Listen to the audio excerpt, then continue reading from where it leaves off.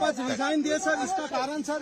इसका कारण है मेरा बदनामी हो रहा है, मेरा बदनामी हो रहा है सोशल मीडिया में, मेरा मुख पे कुछ भी बोली जा रहा है, इसके कारण से। और एक ये जो लड़की का डेथ हुआ डॉक्टर, ये लड़की मेरा लड़की जैसा है, एक पेरेंट्स होने का नाते मैं रेजिग्नेशन देना सोचता हूँ, इसलिए मैं रेजिग्नेशन दे रहा हूँ मेंटली। मैं I don't like that this should happen to anyone in future. लेकिन मैंने उसको बचाने का कोशिश तो पूरी किया, लेकिन हमारा जो डिपार्टमेंट है, हमारा डिपार्टमेंट चेस डिपार्टमेंट में उसका डेथ हो गया, तो it's really unavoidable, that's why I have resigned. Sir आपका नाम बोलिएगा सर। संदीप घोष, प्रिंसिपल आर्जिकर।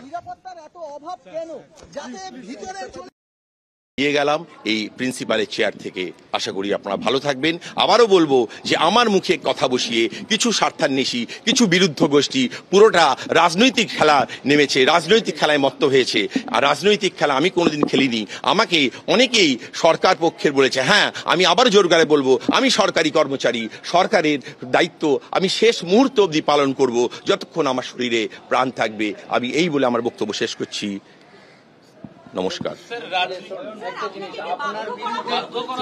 আমাকে কেউ বাধ্য করেনি, আমাকে কেউ বাধ্য করেনি।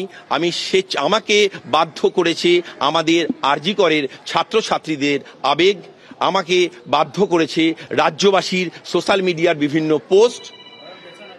আমাকে কোনো সরকারি কর্মচারী, কোনো মন্ত্রী আমাকে ফোন করেননি বা আমাকে বাধ্য করেন রেজিগনেশন দিতে। আমি স্বেচ্ছায় রেজিগনেশন দিচ্ছি।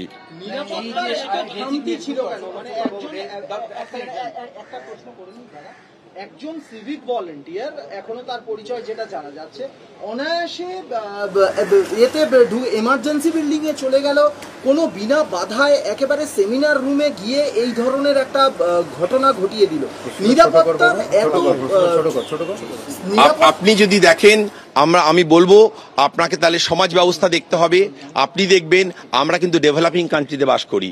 আপনাকে দেখতে হবে আমরা কিন্তু রাশিয়া, লন্ডন বা ইউকেতে বসে নেই, যেখানে আপনি বলছেন সিল ডোর, কনফিডেন্সিয়াল ডোর নেই। কিন্তু সারা ভারতবর্ষময় কিন্তু এইভাবেই পরিষেবা দিতে হয় ডাক্তারদের, যার জন্য আপনারা দেখে থাকবেন ডাক্তার হামেশাই মার খায়, রাস্তায় জুতো পেটা করতে করতে ডাক্তারদের অপমানিত হতে হয়, পুরো ডাক্তার সমাজকে অপমানিত হতে হয়। আমি সেই ডাক্তারদের হয়েই আজকে রেজিগনেশন দিলাম, কারণ অপমানিত আর হতে পারছি না। লাঞ্ছন। অবশেষে পদত্যাগ করলেন আরজি কর কাণ্ডের জন্য আরজি করের অধ্যক্ষ। এখন দেখা যাক এর জল কতদূর গড়ায়।